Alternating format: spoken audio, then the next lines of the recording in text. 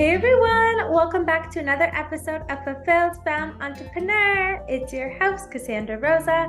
I'm a certified intuitive life coach and healer and business coach. And the mission behind this podcast is to help you to create a fulfilling life in business. Today, I'm going to be sharing some productivity hacks.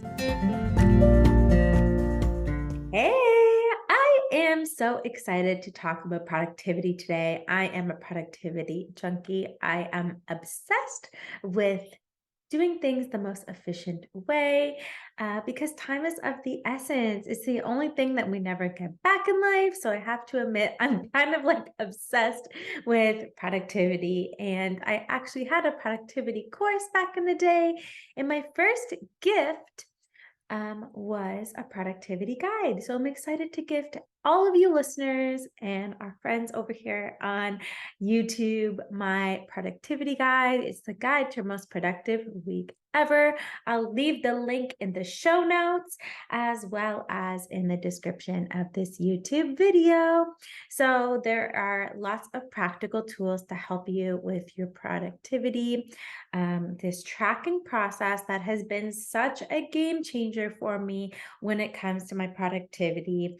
I have a notebook here in which I write down my weekly to-do lists. And I'm happy to say, like, of all the years that I've been doing this now, I would say I get like 85 on a bad day to 100% of what I intend in my productivity to-do lists.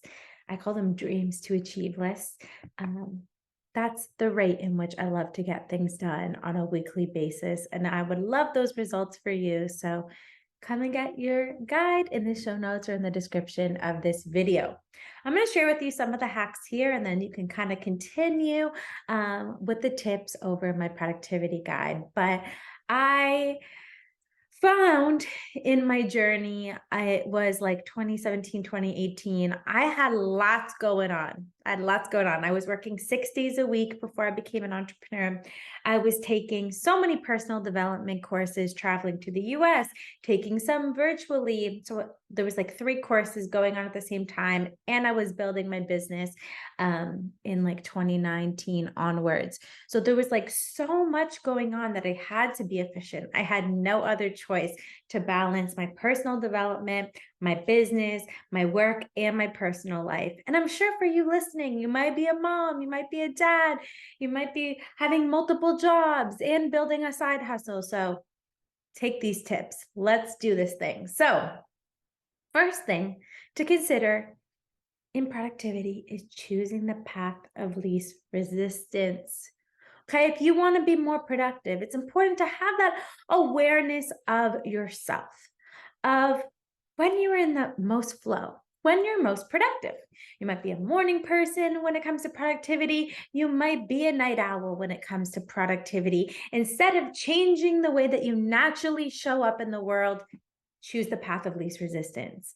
The time in which you feel most productive, if you have a routine that you do before you get productive, implement those things that you need to get done in those times and spaces. So you're not dragging your feet when it comes to getting things done. So for example, morning productivity when it comes to business, I like having my slow mornings from self-care and working out and doing my thing. So when it comes to business, afternoons, I love to just boom, boom, boom, get it all done. I also am someone that likes to be a few days in my business and getting a lot of stuff done and then completely detaching.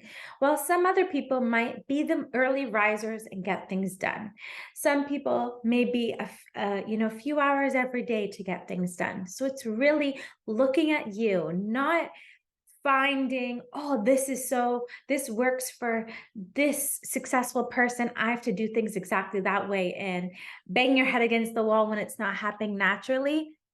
Really choose your path of least resistance. And that might take some trial and error, but find your flow when it comes to productivity. Next, anchoring is super, super, super important when it comes to being productive. So when creating new habits, when getting things productive, looking at things that exist in your day-to-day that are expansive, that make you feel energetic, that make you feel focused, and adding your things that you need to get done right after that. So, for example, if you meditate every single day and after that you feel energized, then maybe that's a great time to doing the things that you need to get done.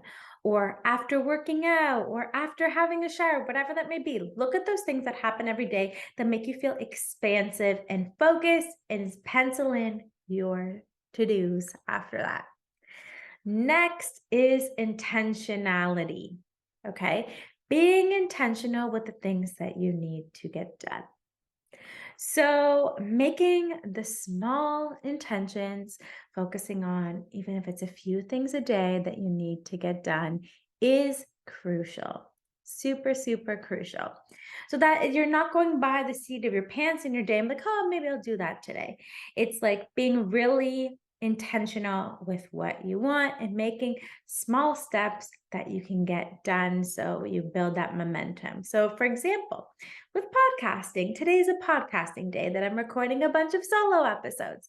So, the intention was to get them recorded and edited and uploaded. So, the first step is recording the episodes, the second one is editing them.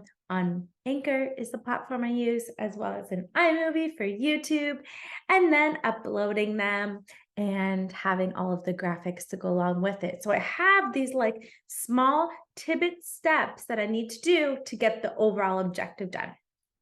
So intentionality is key. And lastly, being organized with your intentions is crucial. This is where the productivity guide comes into effect.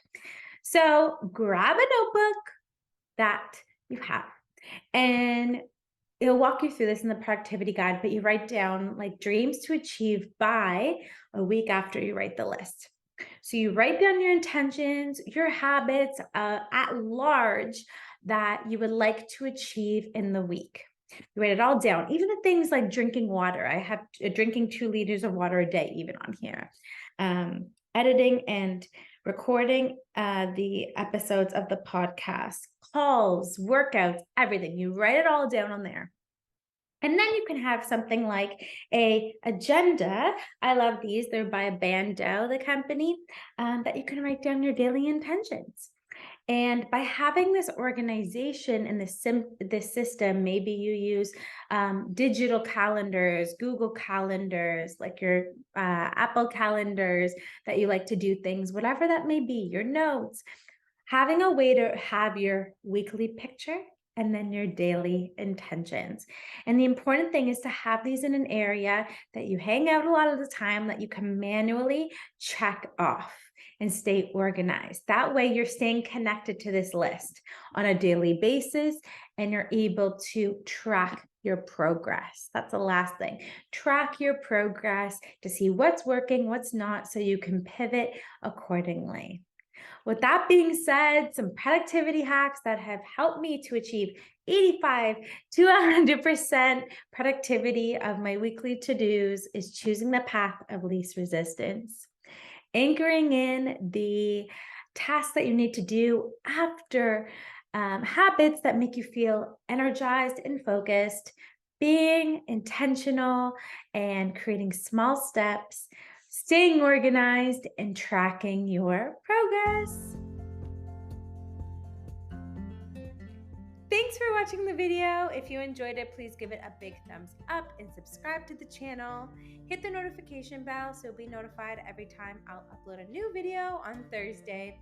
See you on the next one. Bye.